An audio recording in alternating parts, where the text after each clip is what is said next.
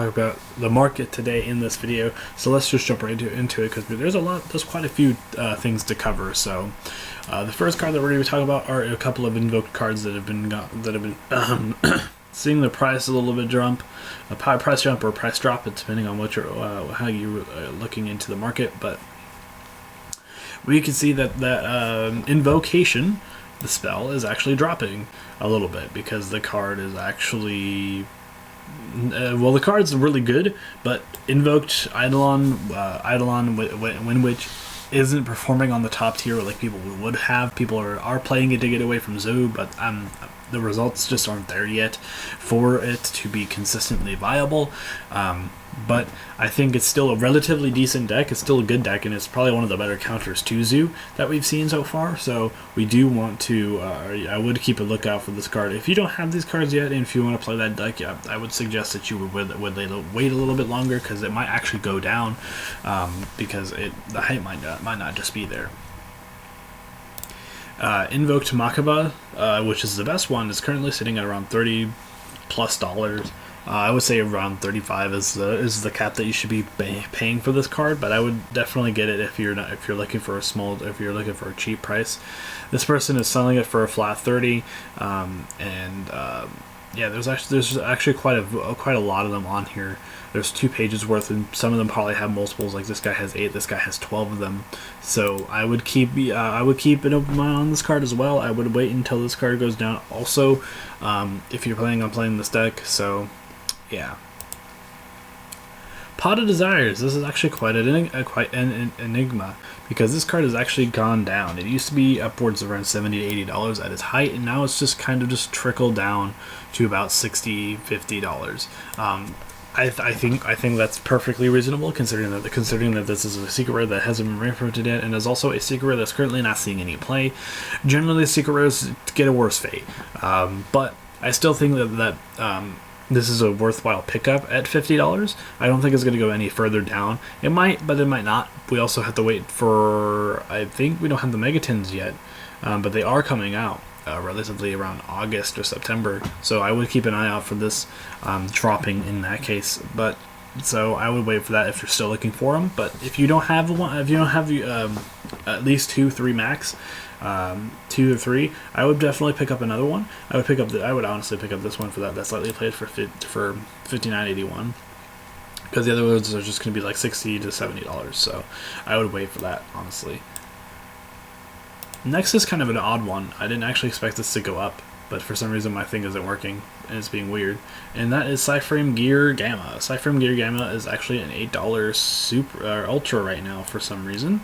Not that that's a bad card, but the rest of the archetype is still relatively cheap, which is weird. Minus like Omega.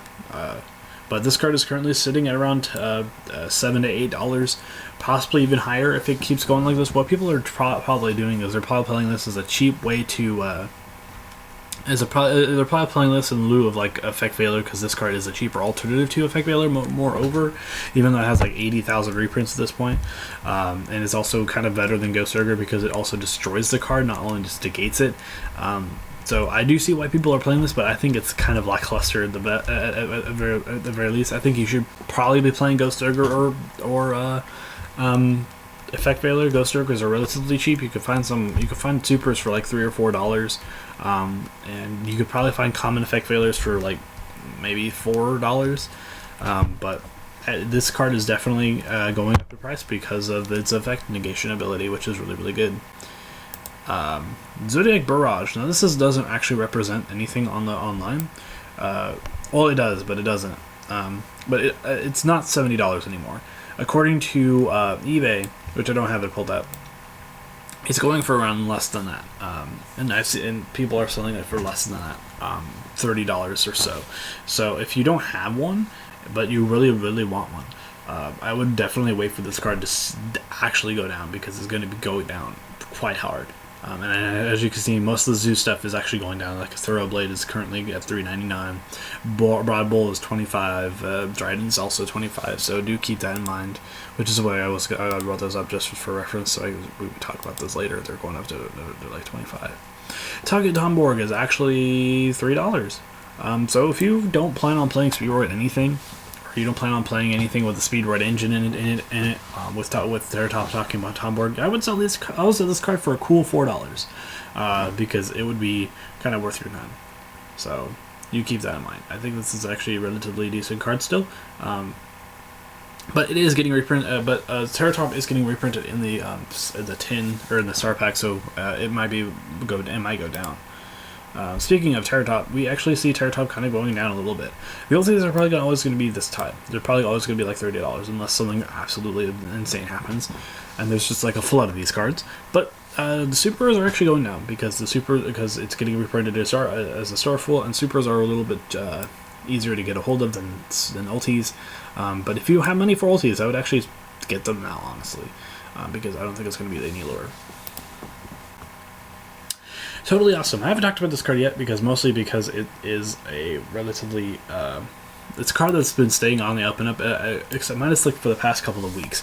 I think at its low price it was around $25, and now is actually crept back up to $33, which I think at its height was around $40 to $50. But still, I think this is going to be a relatively good card all throughout the game, and I think that if you don't have one yet, I would definitely pick one up, especially right now because they're currently sitting at pretty cheap, cheaper than they have been, and I kind of lament not picking some up for $29. So Blasting Fuse Ultimate Rare is currently for some reason still going up. It's been up to about $26 to $29. Even somewhere upwards, as some people are selling these things for $33, and that's absolutely insane. This card, I'm not sure if this is even worth running for the link mechanic, but people are really hyped about this for some reason, and it hasn't kind of went down, and it's really weird because it's a 1-for-1. It's kind of a really bad 1-for-1 because you have to destroy one card in your field. You lose Blasting Fuse, so that's not -2, but you also destroy 2 cards your opponent controls. And you possibly, if it works the way that people are assuming, where it might actually hurt the link summoning as well, you destroy possibly you destroy 3 cards on your opponent. So best case scenario, it's a +1, but I'm not sure if that's even worth it at this point because it is a trap after all, and it's slow. It's slower than most traps, actually. It's slower than like Mirror Force and stuff like that, even because you have to have 4 cards in zones, and the zones to even make it work. But I'm not even sure if this card is even relevant in this kind of setting, because it might not even work because it has to specify 4 monster zones.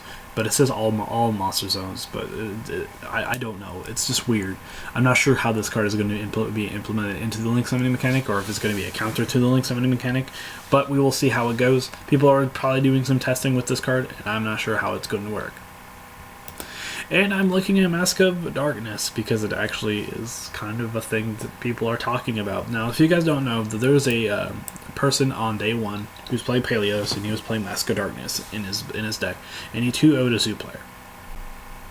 I've actually started seeing this card creep up a little bit because of that. It's actually $50, 50 cents, not $50. Good lord, 50 cents for like the rare.